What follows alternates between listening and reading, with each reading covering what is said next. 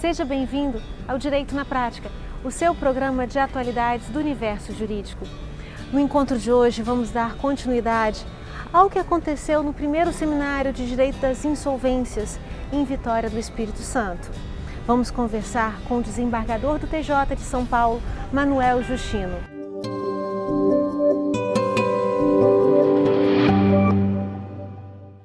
Eu converso com o desembargador Manuel Justino, do Tribunal de Justiça de São Paulo, que é autor de um manual, que é livro de cabeceira dos juízes e dos desembargadores.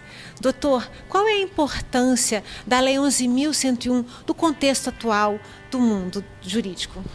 O que ocorre é o seguinte: aqui no país o que existia era um sistema de legislação em que, se a empresa estivesse em dificuldade, qualquer sociedade empresária que estivesse em dificuldade, deveria ser decretada imediatamente a falência.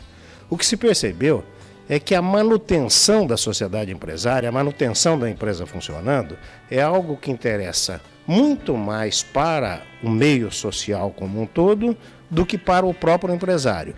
Então, esta nova lei, que é a chamada Lei de Falência e de Recuperação, o que ela trouxe de novidade foi exatamente isso. Se uma sociedade empresária está em situação de crise, o que se deve tentar, se possível, é recuperar essa sociedade empresária e não levar à falência. Por quê? Recuperando essa sociedade empresária, na realidade você acaba preservando a produção, o emprego, a atividade, o emprego, como eu acabei de dizer, o recolhimento de impostos, a circulação de riquezas. Então, esta lei veio trazer para o nosso meio essa tentativa de manutenção da atividade. Isso é muito importante porque, tranquilamente, a única forma que me parece que existe de enriquecimento de um país é por meio, evidentemente, da produção. E a produção tem que ser feita em massa. E essa produção em massa só é feita por meio da atividade empresarial. Então, o que essa lei trouxe de novo foi exatamente isso. Claro que essa lei, como uma lei, em matéria de lei ela é nova, ela é de 2005, nós estamos em 2018, portanto 13 anos. É uma lei, em termos de lei, é uma lei jovem, a gente diria que ela está engatinhando. Então, coisas como o que está acontecendo agora, hoje em Vitória, isso é extremamente bom. Ou seja, a reunião de várias pessoas, desembargadores, juízes, advogados, administradores, enfim, empresários, todos aqueles que giram em torno da necessidade do trabalho e da preservação de empresa, se reunindo para discutir e para tentar perceber quais os defeitos e quais as virtudes que essa lei tem. Por oportuno, é necessário dizer, toda grande lei, ela vem com uma série de defeitos. E estes defeitos, e não é uma crítica à lei, não, é normal isso. Por quê? Porque a realidade no embate com a lei é que vai mostrando quais as necessidades de, vamos dizer, de consertar a lei. E o que está ocorrendo agora é exatamente isso. Os tribunais, tanto os tribunais quanto os doutrinadores, aqueles que escrevem sobre a lei, estão encaminhando a lei para forma melhor de sua aplicação. Aliás, por oportuno, nesse momento está havendo uma tentativa de alteração da lei, um projeto de alteração da lei, aliás, uma unanimidade nacional que esse projeto não passe. Esse projeto não é bom e o que é bom é exatamente o que está acontecendo, é a discussão e a tentativa de adaptar a lei à realidade do dia a dia e sanar os defeitos que ela tem e depois, no momento futuro, ver se muda alguma coisa. É isso, tá? Muito obrigada, doutor. Uma paradinha para os comerciais e nós voltamos já já.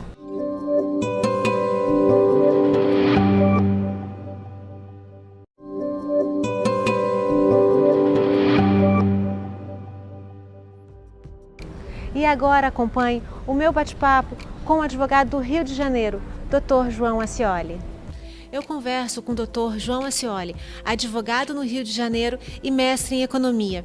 Doutor, na sua palestra o senhor falou sobre os ativos. O que são ativos de uma empresa? Ativos são só uma forma, um jargão técnico de falar sobre o que é o patrimônio da empresa. São os bens e os direitos. É em oposição aos passivos, que são as obrigações da sociedade. Então você tem os ativos, que são dinheiro, imóveis, maquinário, e você tem o passivo, que são as obrigações, dívidas e obrigações com terceiros. Doutor, e o que são os ativos desviados que o senhor falou na sua palestra? Ativos desviados são os bens da sociedade que são retirados da posse, da propriedade da empresa de maneira fraudulenta. Quer dizer, o empresário normalmente, dentro do contexto desse seminário, que é da insolvência, quando ele enxerga que o barco está afundando, ele quer tirar e salvar alguma parte do patrimônio e indevidamente transferi-lo a terceiros para que de forma escondida venha a ficar sob sua posse ainda. Então ele está desviando ativos da sociedade em detrimento dos credores. E essa identificação, como ela é feita?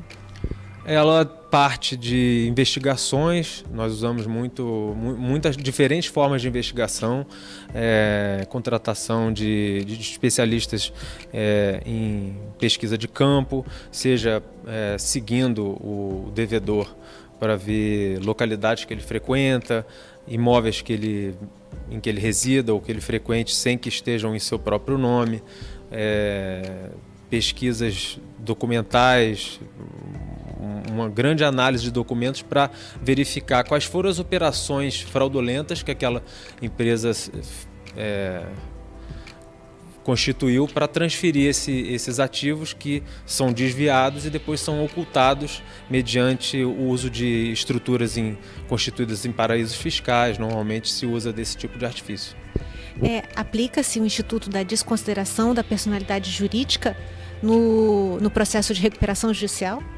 Sim, nesse tipo de investigação, o que se quer é atingir um patrimônio que, em última análise, já pertence ao sócio. O patrimônio ele originalmente pertencia à sociedade, ele é desviado e passa a pertencer ou ao sócio ou a terceiros com quem aquela empresa criou ou relações escusas ou lícitas. Então o ativo é retirado da sociedade e é transferido para a propriedade de terceiros, que não se confundem com ela. Apesar disso, para você atingir o patrimônio, portanto, de uma pessoa que não é a sociedade, você precisa desconsiderar a personalidade jurídica e atingir, portanto, a esfera jurídica dessa pessoa contra quem se pede a desconsideração, que é a destinatária desses ativos. Então, você depende da desconsideração para atingir esse patrimônio. E é comum isso acontecer?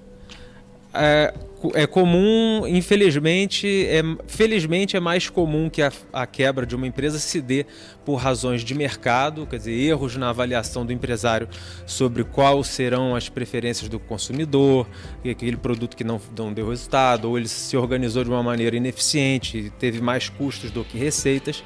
Felizmente, é mais comum que uma empresa vá à bancarrota sem má fé.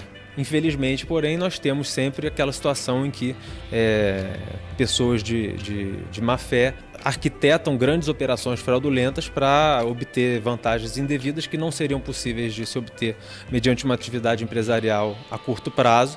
Então, eles captam investimentos e os investimentos, ao invés de serem destinados a uma atividade empresarial, gerando riqueza para todos os envolvidos, ela gera riqueza só para o fraudador, que pega aquele recurso e esconde. E deixa a sociedade quebrar, prejudicando os consumidores, os empregados, os fornecedores e todo mundo. Doutor, muito obrigada pelos esclarecimentos. Agradeço também, parabéns. Uma paradinha para os comerciais e nós voltamos já já.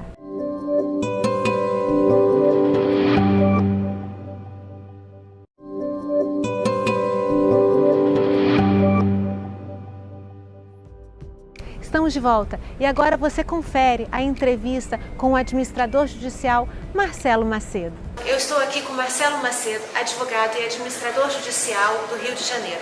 Doutor, as dívidas tributárias são as maiores causas de recuperação judicial das empresas.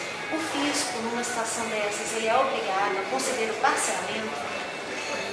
Essa obrigação ela decorre de lei, mas até hoje não foi feita uma lei específica para que tenha um diferenciamento nos parcelamentos para as empresas em recuperação. Não sei se esse seja um motivo mais preponderante das empresas ingressarem com pedido de recuperação judicial, até porque as pessoas já têm conhecimento, e as empresas têm conhecimento, seus advogados têm conhecimento, de que as dívidas para com o fisco elas não são dívidas concursais, portanto elas não podem ser resolvidas no âmbito da recuperação judicial. A recuperação judicial, na verdade, ela resolve todas as demais dívidas que não a questão tributária, mas havia a perspectiva e a expectativa de que ao largo do tempo se criasse um parcelamento diferenciado para que essas empresas em situação de crise pudessem superar não só o pagamento dos outros créditos, mas também das suas dívidas tributárias. E nós estamos falando de empresas em crise, né? A Lei 11.101 de 2005, ela se dirige especificamente para quais tipos de empresas? Hoje, quase a todas as empresas que, de alguma forma, têm alguma relação empresarial. Ou seja, as empresas, sociedades anônimas, as limitadas, as EIRELIs, e já há uma discussão mais ampla, inclusive, se aplicaria também a associações, a fundações. Essa discussão é uma discussão de âmbito ainda doutrinário, mas que vem ganhando grande relevância, tanto que no Rio de Janeiro, agora recentemente, a Unimed, que é uma empresa de saúde, de planos de saúde, a princípio afastada dos benefícios da 11.101, ingressou com pedido de recuperação que foi deferido pelo juízo de piso e agora foi suspenso o encaminhamento da recuperação judicial pelo tribunal. Então são discussões que vêm sendo agora ganhando consistência com o tempo, diante do dinamismo da própria lei, para se aperfeiçoar, mas em princípio quase todas as empresas têm a prerrogativa de ingressar com pedido de recuperação judicial. Inclusive os microempresários? Inclusive os microempresários, de maneira diferenciada, está estabelecida na própria lei, mas também tem a oportunização de ingressar com os pedidos de recuperação judicial. E são excluídas as empresas públicas? As empresas públicas elas estão excluídas por força de lei. Mas toda essa é uma discussão que vem aí ganhando contornos diferenciados, sempre se buscando atingir o máximo de empresas, a depender, inclusive, da canalização do que a empresa pública efetivamente faz. Pode ser que, com o tempo, venha poder também se inserir nesse contexto. O senhor, como administrador judicial, o que pode nos dizer a respeito da responsabilidade de um administrador no âmbito de um processo de recuperação judicial? A responsabilidade do administrador judicial está estabelecida por lei, né? Na verdade, você não tem a gestão da empresa na recuperação judicial, você simplesmente alonga anos no juízo, você exerce um encargo no sentido de fiscalizar os atos que são praticados pelas empresas de recuperação e trazer informações tanto ao juiz do processo quanto também aos demais credores para que eles tenham uma visibilidade perfeita de tudo que está acontecendo para poder ver o comportamento, inclusive, que eles adotarão em Assembleia Geral de Credores quando a apresentação do plano e da votação desse plano de recuperação feito pelas empresas em recuperação. Na verdade, o tema que eu vou abordar hoje não é exatamente a responsabilidade do administrador judicial, mas sim a responsabilidade dos administradores, sócios e controladores no processo falimentar. Essa é uma preocupação que nós temos muito grande, porque, na verdade, hoje todos os canais eles estão muito voltados para as empresas de recuperação judicial. É a parte mais glamourosa eu diria, da Lei 11.101, porque é a parte que você tenta restabelecer, soerguer as empresas em dificuldades e que ainda não faleceram. A parte falimentar já vem, como o próprio nome diz, com a morte da própria empresa. Então, o que a gente está buscando agora verificar é o seguinte: que se protege nisso tudo. A falência é uma contingência natural da vida empresarial, desde que ela não decorra de fraudes ou de atos contrários à lei. Doutor, muito obrigada. Eu que agradeço. Obrigado. Um minutinho e voltamos já já.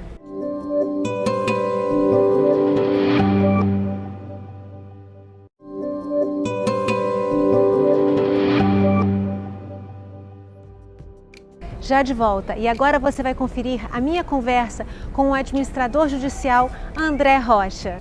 Eu converso com André Rocha, administrador de empresas, especialista em insolvência. André, quando uma empresa está em dificuldade financeira, em que momento ela deve pedir ajuda a um especialista? Patrícia, primeiramente, muito obrigado pelo convite para participar do seu programa.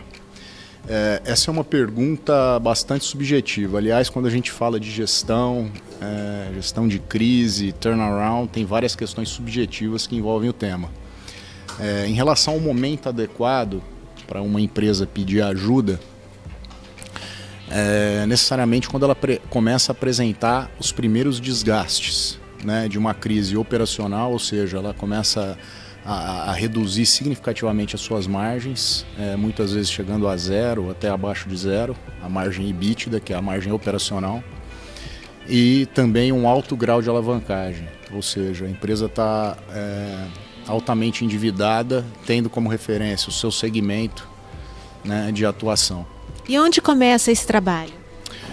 Olha, primeiramente, a empresa ou o assessor financeiro contratado por essa empresa deve desenvolver uma análise diagnóstica, que é uma análise ampla em escopo, porém restrita aos aspectos fundamentais que garantem a sobrevivência de curto prazo. Então é conhecer exatamente em que estágio a empresa está e, a partir dessa análise diagnóstica, traçar um plano de reestruturação. E existe um prazo de referência para que seja feita toda essa reestruturação? A gente pode dar uma referência. Se a crise estiver muito crítica, tempo é fator fundamental e caixa também. Então, o trabalho tem que ser feito rapidamente. Uma análise diagnóstica pode ser concluída em um prazo de 10 a 30 dias. O período de estabilização, onde a empresa tem que ser gerida por caixa e, para isso, constituir um comitê de caixa, onde vai tomar as principais decisões em relação a pagamentos e recebimentos, e procurar evitar esforços para alongar os pagamentos, o prazo de pagamento, e reduzir o prazo de recebimento, e com isso se autofinanciar com fornecedores e clientes. Então, esse período de estabilização de caixa, em torno de 6 meses a 8 meses, apenas como referência, e aí para o trabalho de reestruturação completo, de 1 a 2 anos. Realmente é bem rápido, né? E o que uma empresa deve fazer para evitar entrar em crise? Olha, no mercado a gente fala muito em early turnaround e late turnaround. O early turnaround nada mais é que uma reestruturação preventiva. Então, para que a empresa evite uma crise, ela precisa rapidamente identificar o estágio do seu ciclo de vida, ou seja, se ela está no estágio de maturação e começa a trilhar uma curva descendente, ela precisa identificar rapidamente isso e tomar medidas preventivas de reestruturação, né? Como nós fazemos para evitar que fiquemos doentes, né? A gente tomar medidas preventivas em relação à nossa saúde, nos cuidar e buscar a opinião de médicos que nos aconselham da melhor medida, a melhor decisão a ser tomada. Então é importante que para uma empresa não entrar em crise, haja sempre um profissional apto a fazer essa análise? Olha, eu não diria sempre, porque muitas empresas, com a própria administração interna, ela consegue encontrar os meios, né, de evitar uma crise, de tomar essas medidas preventivas. Mas, via de regra, a empresa que começa a entrar numa curva descendente, começa a entrar em declínio, ela precisa de alguém especialista e imparcial que consegue ver o problema de fora. Tá joia, doutor. Muito obrigada. Foram esclarecedoras as suas palavras. Obrigado, Patrícia, mais uma vez pela oportunidade. Um minutinho e voltamos já já.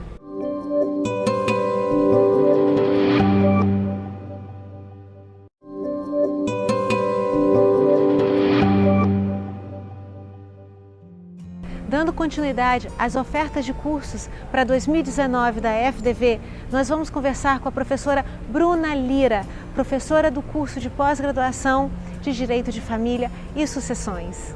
Eu converso com a professora Bruna Lira, professora coordenadora do curso de especialização da FDV de Direito de Família e Sucessões. Professora, muito obrigada. A respeito do curso de pós-graduação que está tendo aqui na FDV, quais são as especialidades, as especificações desse curso? Eu que agradeço. As especificações do curso, elas são bem práticas, acima de tudo. Elas se voltam para um profissional que deseja se aperfeiçoar, mas muito além. Ele precisa e quer se atualizar naquilo que é mais relevante no contexto do direito de família. É a pessoa. É o membro da família, é as pessoas que são afetadas diariamente com conflitos familiares ou que querem resolver extrajudicialmente esse conflito.